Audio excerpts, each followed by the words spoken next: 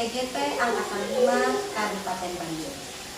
Saat ini saya akan melaksanakan tugas demonstrasi kontekstual mewawancarai kepala sekolah. Beliau adalah kepala sekolah tempat di mana saya mengajar. Berikut ini beliau akan memperkenalkan diri. Mana Bapak? Alhamdulillah, Ibu Susan, saya menjadi sebagai kepala sekolah SDN Sukasari Indah yang bernama cukup 2 kata saja, yaitu ibu. Nah, kebetulan pada pembicaraan ini saya menjabat sebagai kepala Sukasari Indah. Saya cuma silakan. Baik, Bapak, bisa kita mulai? Boleh, silakan. Nah, sebelumnya saya meminta izin, Bapak tidak berkeberatan apabila saya melakukan wawancara ini dan direkam? Tidak, ya silakan. Kalau misalnya saya yang dapat jawab atau misalnya itu, insya Allah kalau misalnya ada kekurangan itu hubungan dari kekurangan saya sendiri. Silakan. Terima kasih Bapak sebelumnya. Baik Bapak, yang ingin saya tanyakan, selama ini bagaimana Bapak mengidentifikasi kasus-kasus yang merupakan dilema etika atau bukan moral? Dalam permasalahan yang saya hadapi, dilema etika itu merupakan permasalahan yang bertentangan tetapi memiliki nilai yang benar, sehingga perlu dalam penyelesaiannya itu dengan membuat keputusan yang tepat.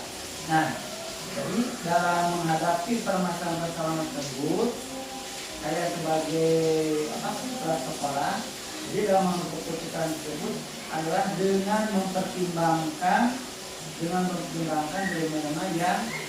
yang disesuaikan ke yang benarnya. Betul diantaranya.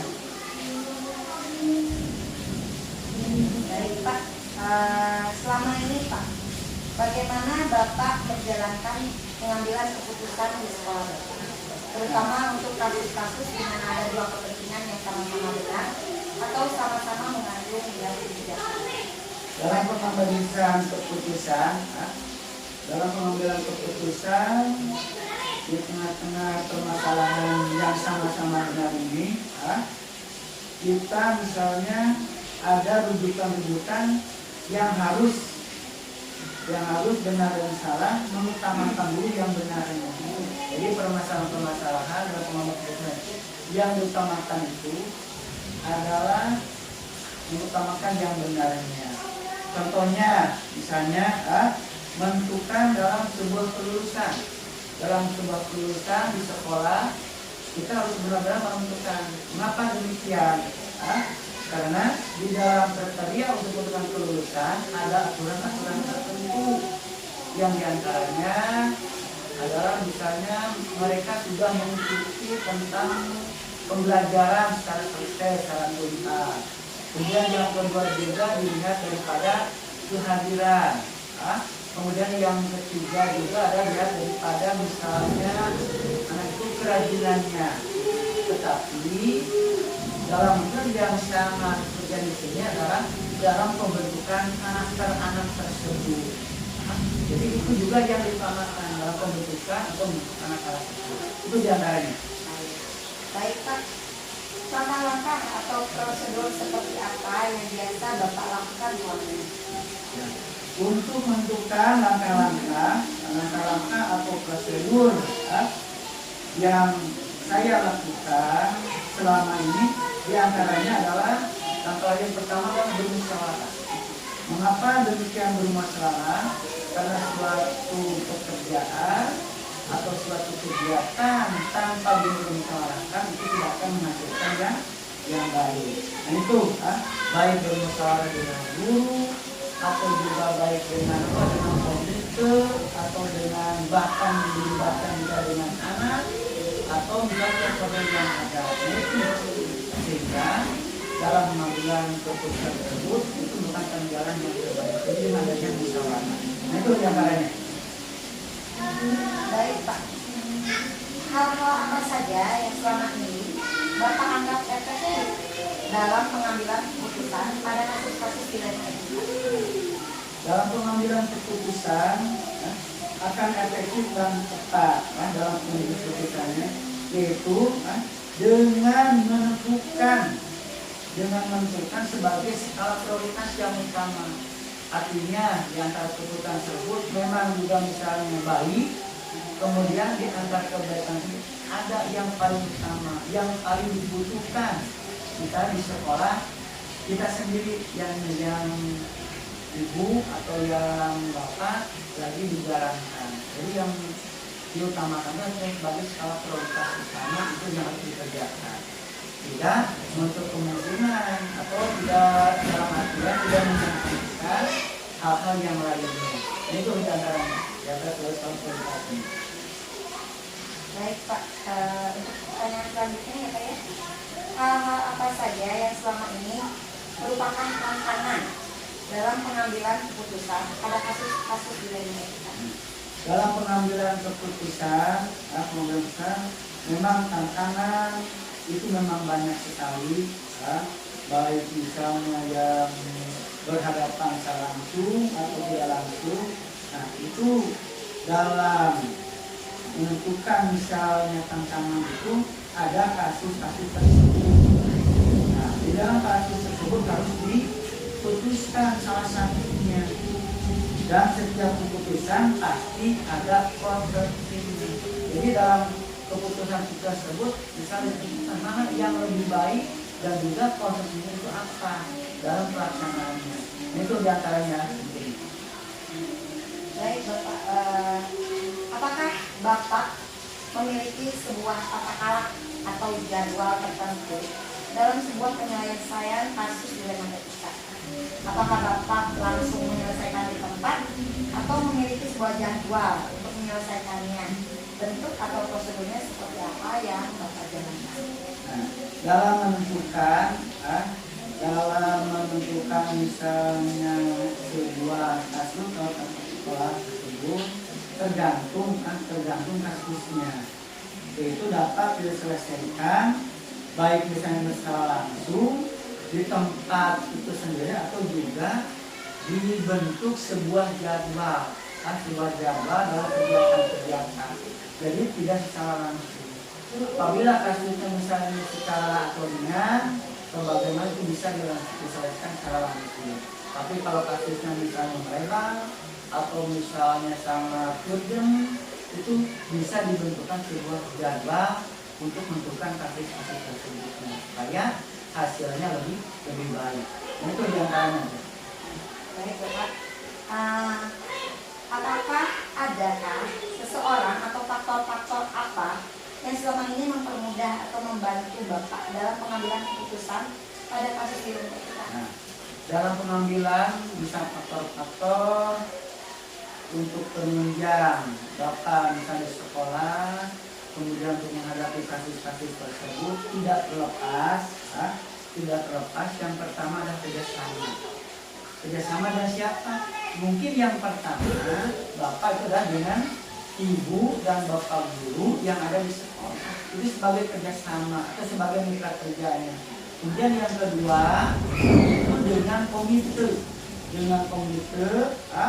kemudian juga dengan stakeholder atau dengan guru-guru atau bahkan juga dengan orang tua, bahkan juga bisa masukkan dan kita bersama dengan murid juga itu bisa untuk menentukan itu mungkin dipelajari. Baik Bapak, terima kasih. Dari semua hal yang telah disampaikan, yang Bapak jelaskan, pembelajaran apa yang dapat Bapak petik dari pengalaman Bapak mengambil keputusan di dilema etika? Nah, jadi dalam pengambilan keputusan yang dipetik hasil dari kegiatan-kegiatan tersebut, permasalahan-permasalahan yang ada di sekolah, yaitu diambil sebagai kasus dilema etika, yaitu dapat menjadikan sebagai pengalaman terhadap diri Bapak juga, nah juga sebagai bahan pembelajaran kasus-kasus tersebut, sebagai untuk peningkatan, dan juga sebagai misalnya untuk evaluasi, untuk evaluasi dalam kegiatan atau permasalahan-permasalahan yang ada di sekolah. Ini tuh diantara yang pertama itu sebagai bahan pengalaman, dan juga sebagai pengambil keputusan tersebut sebagai bahan evaluasi.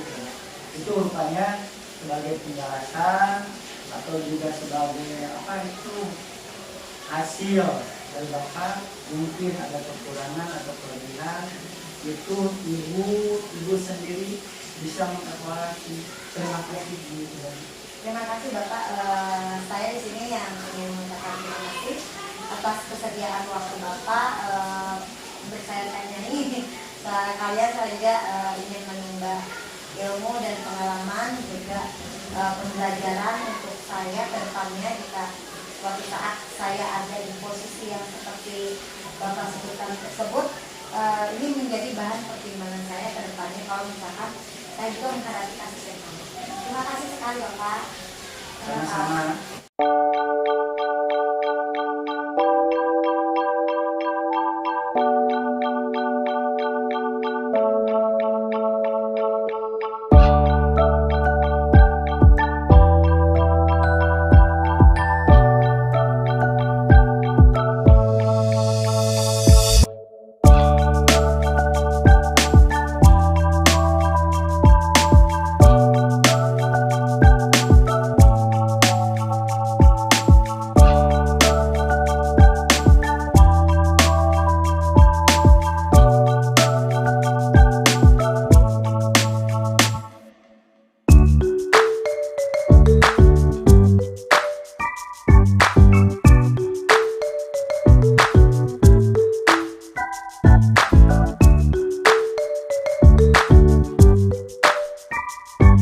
Siap. Assalamualaikum warahmatullahi wabarakatuh. Waalaikumsalam warahmatullahi wabarakatuh. Saya Susan Marisan, CGP Angkatan 5 Kabupaten Bandung. Di sini saya akan melaksanakan tugas demonstrasi konseptual, mewawancarai kepala sekolah mengenai pengambilan keputusan sesuai dengan nilai kebijakan. Saya mewawancarai Bu Iis Kusmiati. Beliau adalah kepala sekolah SDN Palasari 1, Kecamatan Pamungput. Mangga Bu Iis, silakan perkenalkan diri. Baik, saya Iis Kusmiati, kepala sekolah dari SDN Palasari 1, Kecamatan Pamungput, Kabupaten Bandung. Baik, bisa dimulai Ibu? Silahkan. Apa Ibu bersedia saya mewawancarai Ibu? Insya Allah saya bersedia. Ya. Terima kasih Ibu untuk waktu dan kesempatannya. Ibu, saya ingin bertanya nih, selama ini bagaimana Anda dapat mengidentifikasi kasus-kasus yang merupakan dilema etika atau rujukan moral? Kalau selama ini yang saya rasakan untuk mengenali kasus-kasus dari dilema etika itu adalah dengan melihat jenis kasusnya itu sendiri, Ya. gitu. Dengan menganalisis kasusnya itu sendiri, seperti itu. Seperti itu. Pernah tidak Ibu merasakan atau memiliki kasus dilema etika? Ada. Seperti Ya. apa? Ini kasusnya ada di kelas 4 ya. Ada seorang anak kelas 4 ini, seorang anak laki-laki. Dia itu belum bisa membaca. Nah, tentunya bagi gurunya ini kemudian dilihat mengapa, apa yang menjadi masalah atau penyebab anak ini belum bisa membaca. Ternyata setelah anak ini kemudian berkomunikasi dengan anak tersebut dan kemudian diketahui memang anak ini belum lancar membaca, akhirnya guru tersebut melihat ke sisi latar belakang dari anak tersebut sehingga melakukan pemanggilan kepada orang tuanya gitu. Ternyata orang tuanya tidak ada, yang ada adalah neneknya. Dan setelah itu, setelah diwawancarai orang tuanya, ternyata anak tersebut itu terkadang tidak ada waktu untuk belajar dikarenakan mengamen. Iya, betul. Jadi ini adalah sebuah dilema juga karena di sini neneknya memang kurang dalam segi ekonomi. Oleh karena itu, jadi si anak tersebut memiliki inisiatif untuk membantu neneknya dengan cara mengamen di jalan gitu. Jadi kalau ada jalanan macet, dia di sana di dekat pentai ya di situ. Iya. Oleh karena itu, gurunya kemudian menindaklanjuti ngobrol dengan nenek anak tersebut, sehingga bagaimana nih, walaupun misalkan anak tersebut diperbolehkan ngamen, tetapi pembelajarannya tidak tertinggal di sekolah gitu.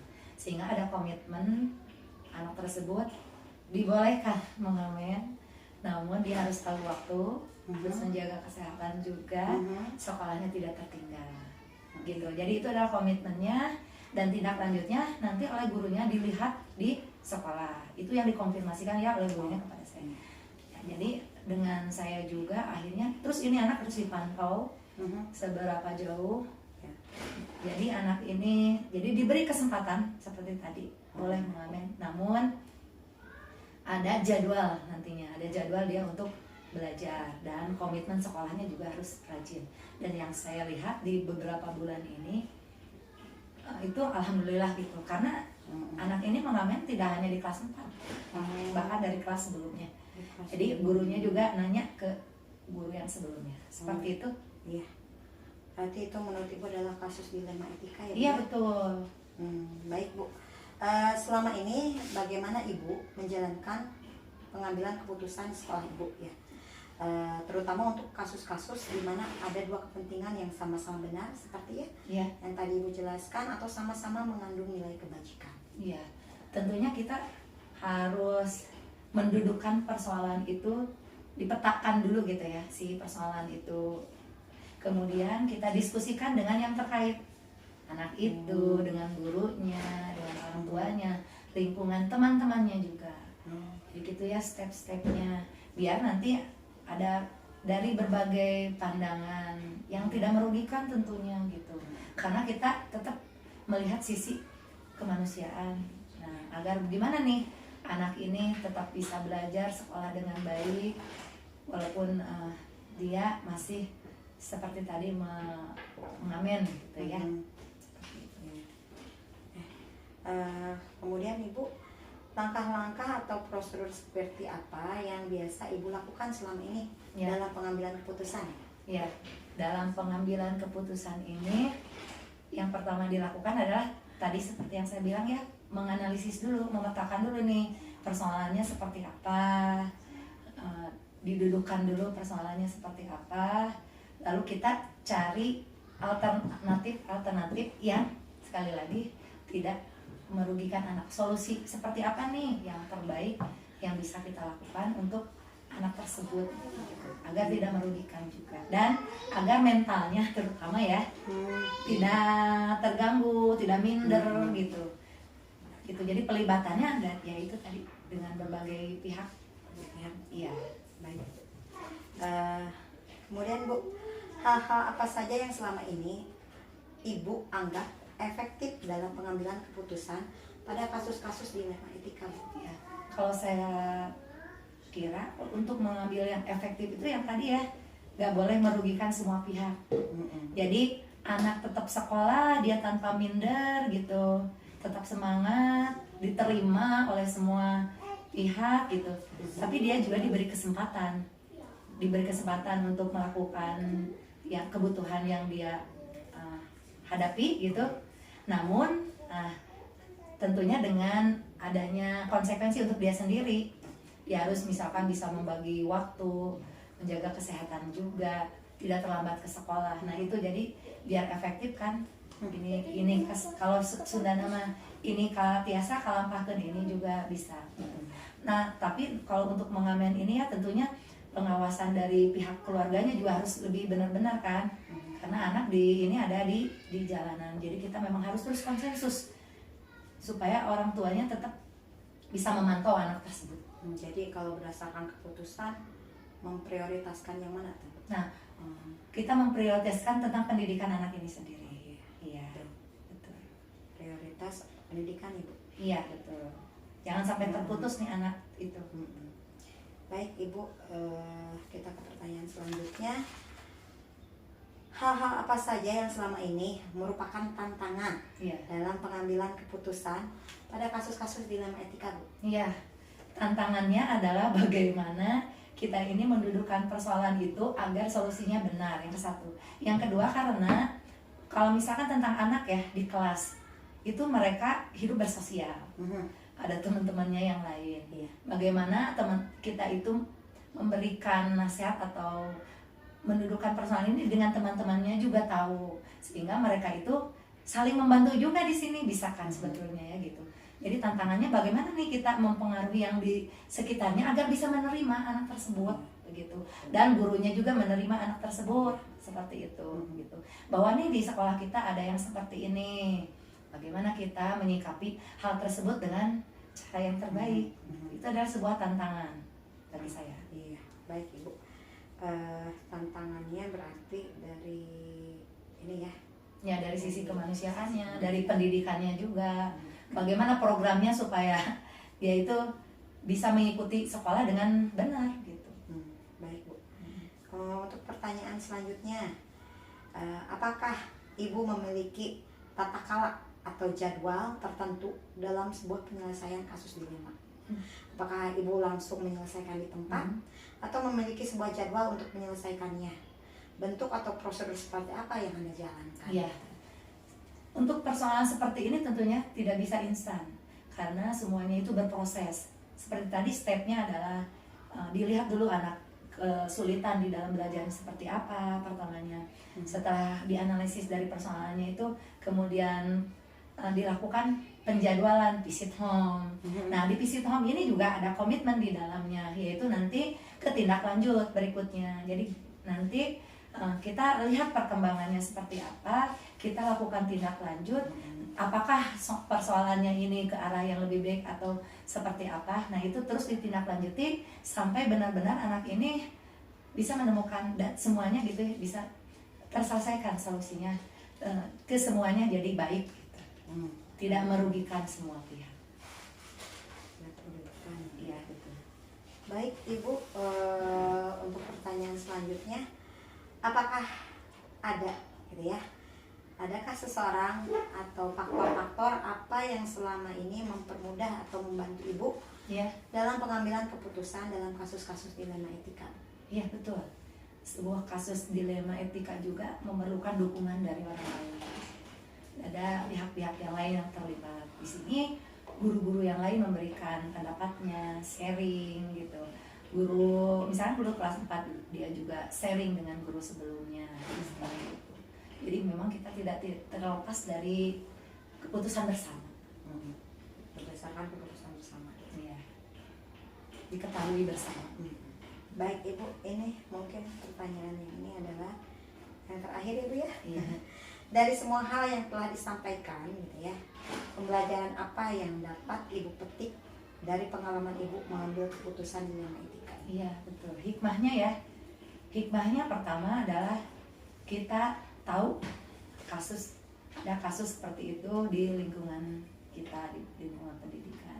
Yang kedua hikmahnya adalah bagaimana kita bersama-sama dengan komunitas sekolah, dengan orang tua dan komite sekolah dilibatkan untuk mengambil keputusan yang terbaik yang bisa menyelesaikan dengan baik untuk anak, untuk pendidikan anak di sekolah. Ya. Jadi nih kalau di sini ya Bu ya, seperti yang sudah Ibu jelaskan tadi, banyak ya pendekatan-pendekatan gitu ya. Betul. Pendekatan yang biasanya dilakukan dalam penyelesaian Masalah. gitu. Ya. Nah, seperti apa Pendekatannya? Pendekatannya yang dilakukan adalah sosial emosional gitu. Bagaimana kita itu berkomunikasi dengan baik, menjadi pendengar yang baik, mendengarkan misalkan kalau dari anak tersebut bagaimana versi anak tersebut kita dengarkan, dari gurunya juga seperti apa, dari orang tuanya seperti apa, kemudian dari guru-guru juga seperti apa. Jadi memang di sini kita harus pendekatannya secara kemanusiaan ya. Gitu. Pembelajarannya adalah tadi bagaimana kita melihat ke psikologis dari anak atau murid ya, atmosfer dari sekolah itu sendiri. Jadi biar kita itu nanti bisa menyelesaikan masalah itu, yaitu tadi tidak merugikan dia misalkan mendapatkan pencerahan juga anak tersebut dan dia diterima di sekolah dan teman-temannya menerima dengan baik gitu. Bagaimana kita itu memberikan itu tidak hanya jadi luas gitu ya.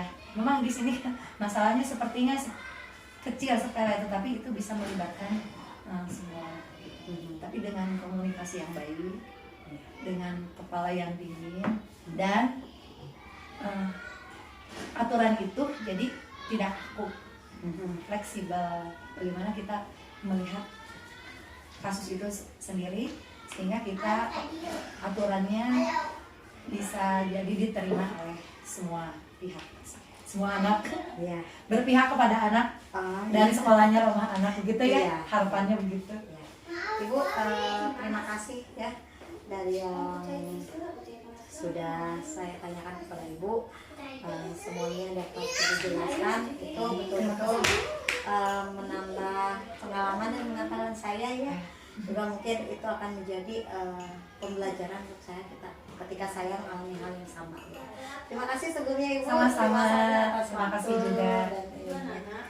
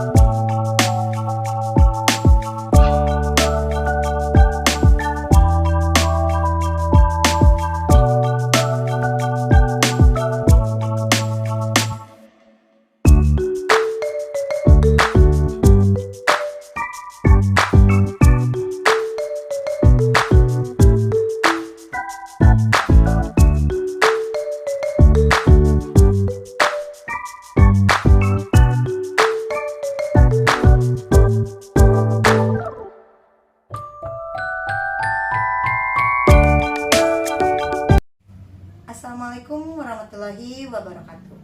Saya Susan Marisan, CGP Angkatan 5 Kabupaten Bandung.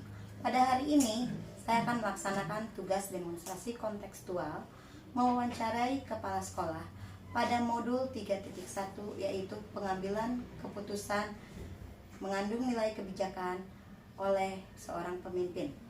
Berikut ini saya akan mewawancarai kepala sekolah. Beliau akan memperkenalkan diri.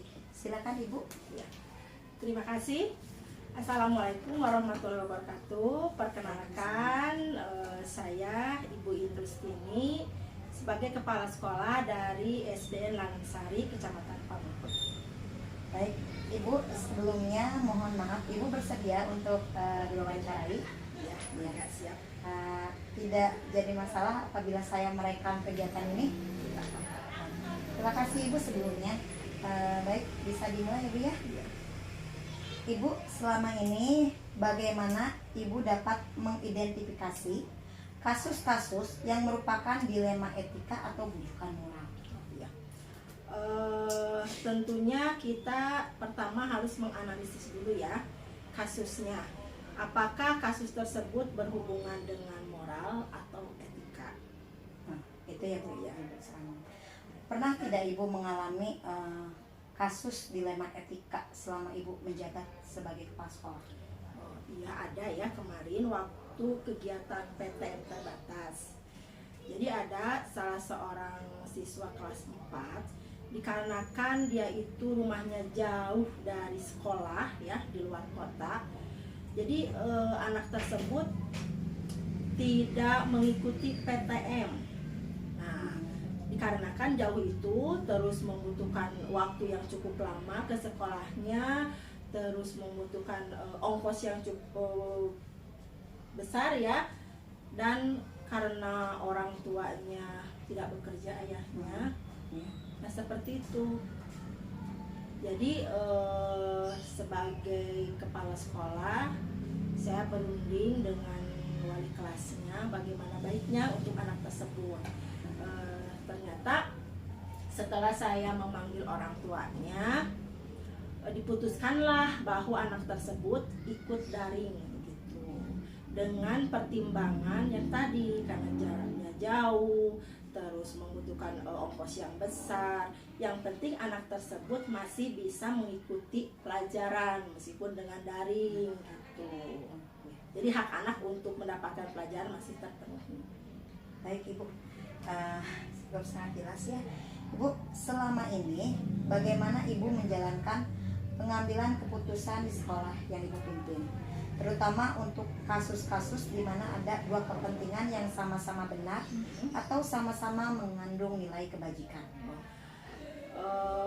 Kita harus memilih kasus yang lebih utama diselesaikan atau diputuskan ya, karena kita harus melihat mana yang harus lebih diutamakan gitu, dengan melihat dampak yang ditimbulkan tentunya.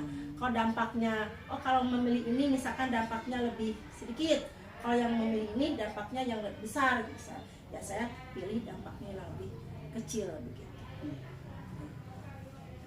Ibu, langkah-langkah atau prosedur seperti apa yang biasa Ibu lakukan selama ini dalam mengambil keputusan?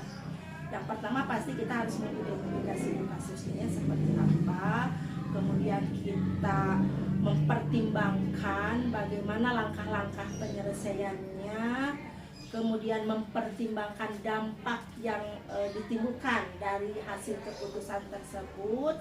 Tentunya kita juga tidak mengambil keputusan sendiri, tapi kita harus bermusyawarah dengan guru-guru, dengan komite, dengan orang tua juga, seperti itu. Baik Ibu, untuk pertanyaan selanjutnya, hal-hal apa saja yang selama ini Anda anggap atau Ibu anggap efektif dalam pengambilan keputusan pada kasus-kasus dilema etika? Tentunya kita harus melihat dulu aturan-aturannya ya, aturannya sesuai tidak ini dengan peraturan yang berlaku. Kemudian kita harus lihat dampaknya yang ditimbulkan gitu ya dari hasil keputusan yang kita ambil, seperti itu. Dan dampak yang ditimbulkan ya. Kemudian hal-hal apa saja yang selama ini merupakan tantangan dalam pengambilan keputusan pada kasus-kasus dilema etika? Setiap kita mengambil keputusan pasti ada tantangannya ya, seperti kasus yang tadi anak yang tidak bisa mengikuti PTM. Tentunya di sini ada rasa ketidakadilan mungkin bagi siswa lain, karena di satu pihak mereka ikut PTM, kok ini temannya tidak ikut PTM daring begitu ya. Itu dari segi anak. Juga orang tua mungkin ada rasa-rasa cemburu gitu ya, kok ini anaknya harus sekolah, kok ini anaknya daring gitu ya. Tapi dari segi guru misalnya, guru itu jadi tambah kerjaannya. Yang pertama harus melayani anak secara PTM di sekolah, di kelas. Yang lainnya juga harus memberikan pembelajaran secara daring juga gitu kepada anak yang tidak bisa mengikuti PTM tadi. Baik Ibu. Selanjutnya, apakah Ibu memiliki sebuah tata kala atau jadwal tertentu dalam sebuah penyelesaian kasus dilema etika? Apakah Ibu langsung menyelesaikan di tempat atau memiliki sebuah jadwal untuk penyelesaiannya? Bentuk dan prosedurnya seperti apa yang Ibu jalankan? Mengambil keputusan itu kan harus dipertimbangkan baik-baik ya, jangan sampai kita salah gitu ya. Yang pertama pasti kita melihat dulu kasusnya seperti apa. Kalau kasusnya urgent, harus diselesaikan dengan segera, ya kita selesaikan dengan segera, tentunya dengan melihat pertimbangan-pertimbangan yang tadi. Tapi kalau misalnya kasusnya ini harus dipertimbangkan matang-matang, harus dimusyawarahkan dengan yang lain, ya tentunya ada waktu lah untuk memikirkannya, seperti itu. Baik Ibu, adakah seseorang atau faktor-faktor apa yang selama ini mempermudah atau membantu Ibu dalam pengambilan keputusan dalam kasus-kasus dilema etika ini? Tentunya tadi kita dalam mengambil keputusan itu tidak atas keputusan sendiri ya, kita harus bermusyawarah. Apalagi di sekolah kan ada guru-guru, ada komite, ada masyarakat juga, orang tua, mungkin juga dengan pertimbangan komunikasi dengan siswa gitu. Ya. Baik Ibu, untuk pertanyaan terakhir ya Bu ya. Ya. Dari semua hal yang telah disampaikan yang tadi Ibu tentang yang keputusan yang Ibu buat atau Ibu ambil, pembelajaran apa yang dapat Ibu petik dari pengalaman Ibu mengambil keputusan dilema tersebut?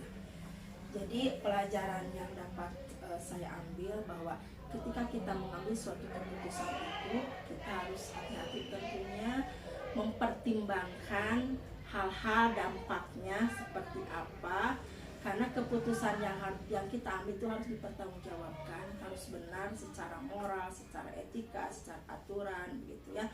Harus mempertimbangkan banyak hal, harus dipertimbangkan matang-matang sehingga keputusan itu bisa dipertanggungjawabkan dan tidak merugikan orang lain tentunya. Jadi pembelajarannya ya dari kasus-kasus yang sudah ada kita bisa mengambil contoh gitu bagaimana cara penyelesaiannya, seperti itu. Baik Ibu, sekali lagi saya ucapkan terima kasih atas waktu, pengalaman, juga pembelajaran bagi saya, cara Ibu mengambil keputusan yang mungkin suatu saat bisa juga menjadikan pengalaman untuk saya ke depannya, dan mungkin juga bisa membantu saya memutuskan sesuatu secara tepat dan benar gitu ya. Iya. Terima kasih sebelumnya Ya, Ibu. sama-sama Bu Susan.